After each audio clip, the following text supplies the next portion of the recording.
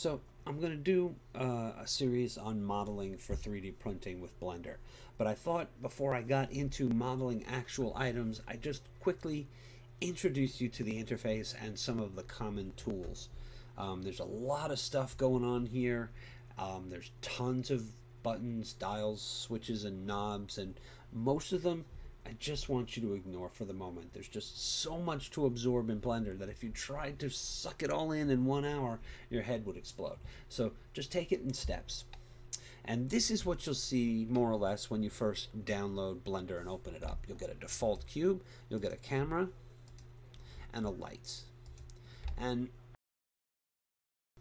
I find the camera and the light only get in my way while I'm trying to model. And since I'm not rendering or animating, I don't need them because that's basically what they're used for. I'm going to select the light, hit X on the keyboard, and delete it.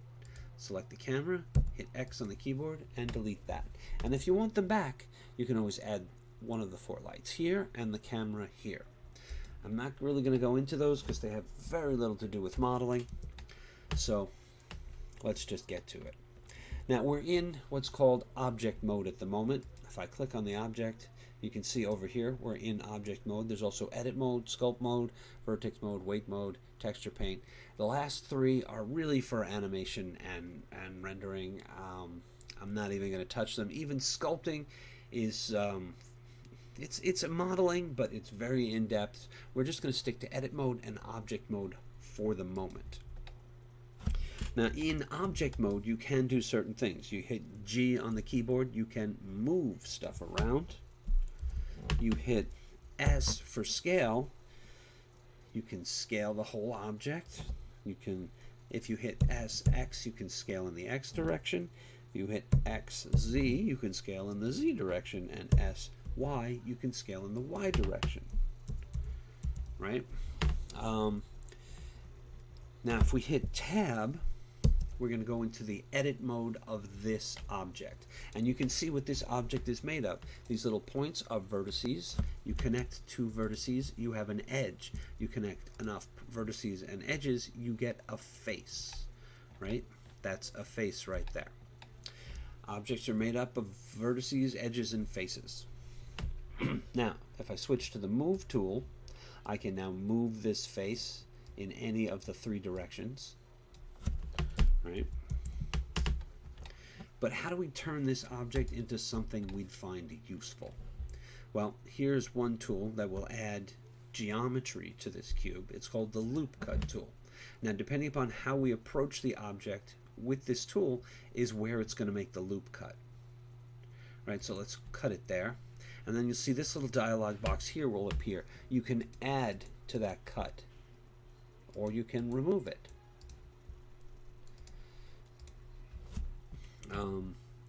We can add another cut. Oops. And so on. Now, if I hit 1 on the numpad, it'll go to the straight on view. And if I hit A, it will select the entire object. Now let's say I wanted to rotate it. I'm going to hit R on the keyboard and minus 90. Now that's going to rotate it 90 degrees to the left. And that will put that on the top. Now the reason why I did that is so I could select this.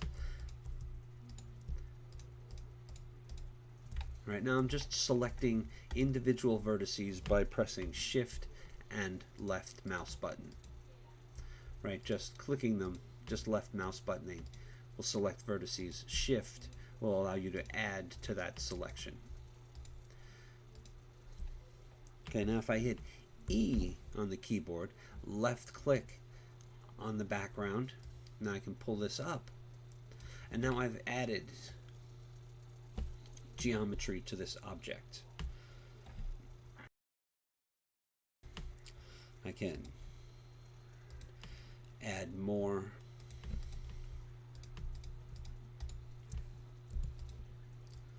And I'm not really trying to model anything in particular here. I'm just playing around with the tools.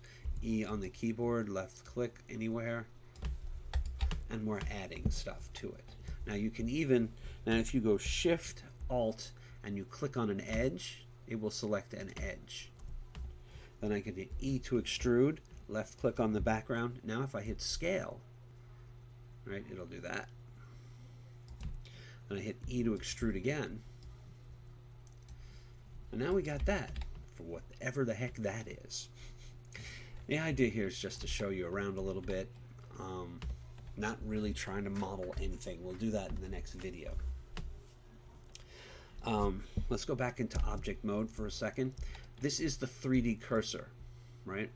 If you hit shift and left mouse button, I'm holding it and I'm dragging around and it'll move it in 3D space.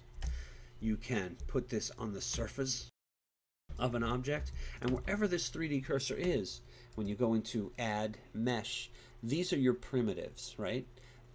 All of them are perfectly valid objects, but just about everything I model, I make with a cube, a UV sphere, or a cylinder. Now, that doesn't mean you can't use the other ones. Use whatever shapes suit the purpose of the job you're trying to model. In this case, let's add a cylinder. Now, right now, what's happening is the cylinder is so large that it's encompassing the entire scene and you can't see it. So I'm going to hit S on the keyboard and I'm going to bring it in. Now, what you could also do is you can come in here in the dimensions and you can put in 20, tab, 20, 20. And it will reduce it that way. Oops.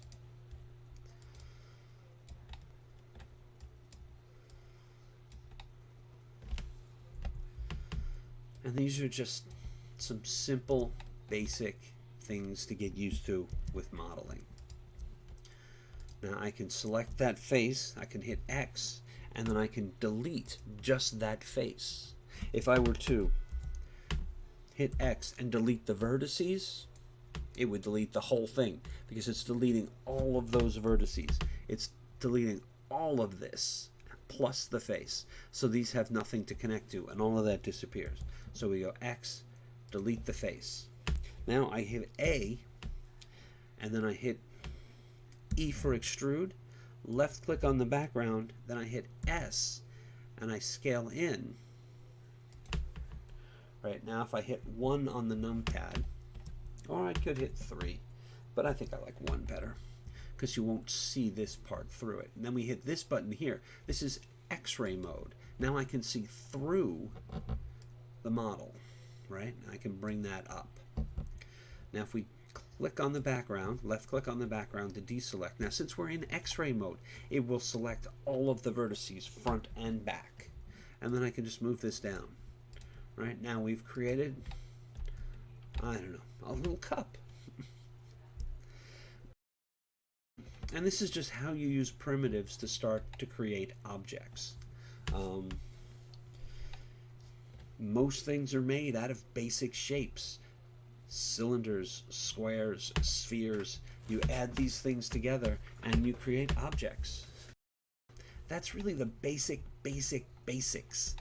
Just the minimal beginnings of how to model with Blender.